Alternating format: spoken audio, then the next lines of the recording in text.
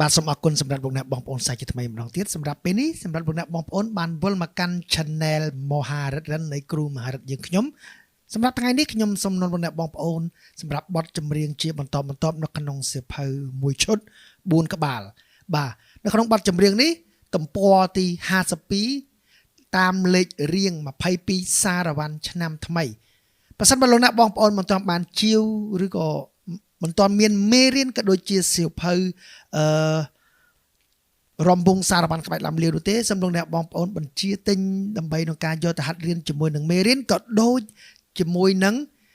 បទចម្រៀងសម្រាប់ថ្នាក់បឋមសិក្សារៀបរៀងដោយលោកគ្រូសោមរិទ្ធីផងដែរបាទសូមកុំឲ្យខាតពេលយូរខ្ញុំសូមណែនាំលោកអ្នកបងប្អូនសម្រាប់បទចម្រៀងចង្វាក់សារវ័នគឺលបឿន95បាទ95តុង Do Major តោះនេះលោកអ្នកបងប្អូនបាទអញ្ចឹងខ្ញុំសូមធ្វើការណែនាំលោកអ្នកបងប្អូនឲ្យយល់ពីរបៀបនៃការលេងចាប់ melody វគ្គ intro នៃបទចម្រៀងសារវ័នឆ្នាំថ្មីបាទសូមគោរពអញ្ជើញបាទជាដំបូងយើងអាចដកស្រង់នៅក្នុងវគ្គដំបូងនៃវគ្គ intro នៃបទសារវ័នឆ្នាំថ្មីលោកអ្នកបងប្អូនអាចចាប់ផ្ដើម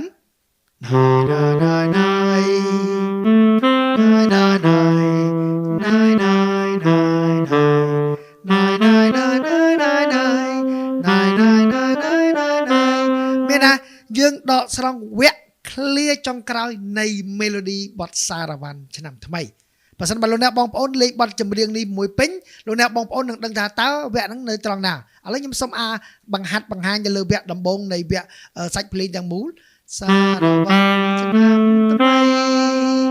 មិត្តប្រុងបាទពីរដង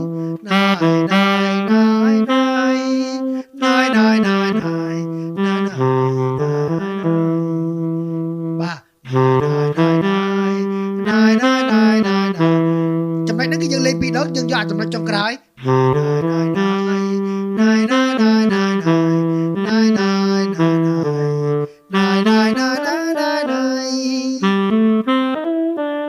តោះលោកអ្នកបងប្អូនមានណាយើងយកវគ្គ clear ចុងក្រោយនៃ melody របស់ផងយើងបាទកុំទាន់ឲ្យខាត់ពេលយូរយើងសុំទៅជាមួយនឹងចង្វាក់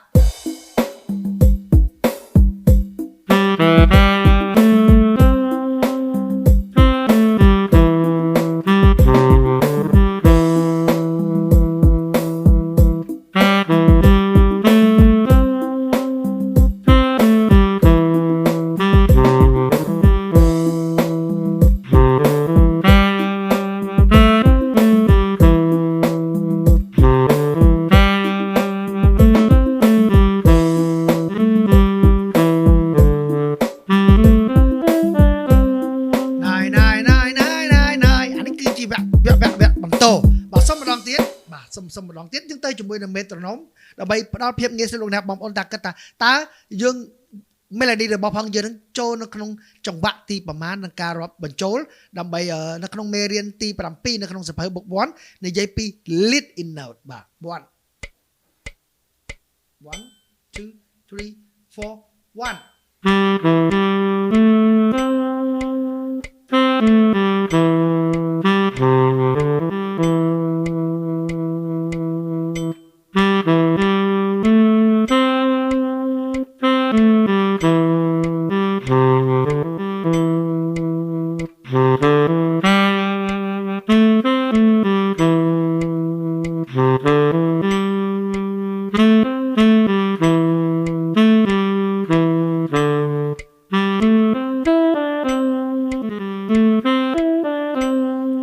បងប្អូនបាទអញ្ចឹងខ្ញុំសូមការអនុញ្ញាតទៅជាមួយអាក័រដៃឆ្វេងបាទអាក័រដៃឆ្វេង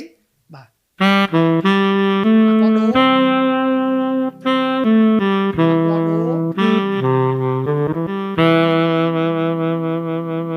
បងទៀត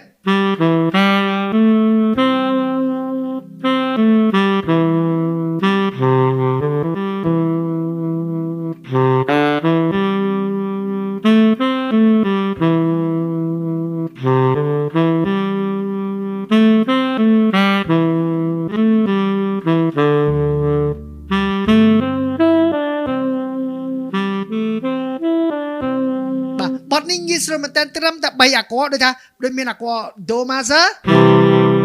អាក័រ re minor ហើយនឹង sol major បាទចំណុចការតាមពិតមែនតើយើងប្រើ sol 7ប៉ុន្តែសម្រាប់ថ្នាក់បឋមយើងក៏មិនចង់ឲ្យលោកអ្នកបងប្អូនគិតថាអ្វីដែលហៅថា7អ្វីដែលហៅថាមិន7ទេប៉ុន្តែសំខាន់គឺណែនាំលោកអ្នកបងប្អូនត្រឹមតែ3អាកូដូចជា do major ដូចជា re minor ហើយនិង sol major បាទសូមការអនុញ្ញាតទៅជាមួយនឹង melody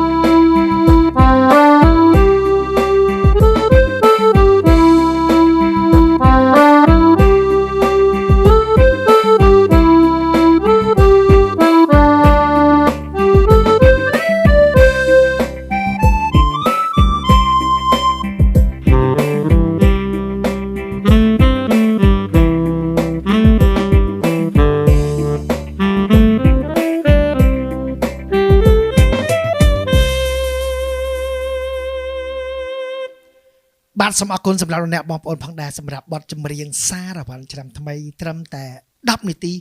លោកអ្នកបងប្អូនយល់ពីវគ្គពី clear នៃបទចម្រៀងទាំងមូលមានថាបទចម្រៀងនេះយើងច្រៀងដដែលសារវ័នឆ្នាំថ្មីមិត្តប្រុសមិត្តស្រីមករួមសប្បាយប៉ុន្តែអាត្រង់វគ្គកោដាឬក៏វគ្គអង្គត្រលោកអ្នកបងប្អូនគ្រាន់តែ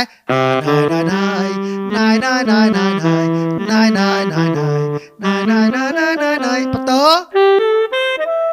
ហើយបានយើងអត្តស្គាល់សារវ័នឆ្នាំថ្មីតោះនេះលោកអ្នកបងប្អូននេះគឺជារបៀបដែលខ្ញុំចង់បញ្យល់លោកអ្នកបងប្អូនយល់ពីរបៀបនៃការលេងបទចម្រៀងបែបងាយស្រួលត្រឹមតែ10នាទីលោកអ្នកបងប្អូនយល់ពីរបៀបលេងក្នុងការចាប់អាក័រដូចជាអាក័រដោយលោកអ្នកបងប្អូនបានយល់ស្រាប់មកហើយមិនពិបាកទេលោកអ្នកបងប្អូនគ្រាន់តែចុចអាក័រដូមានដូមីសលរេមីន័រ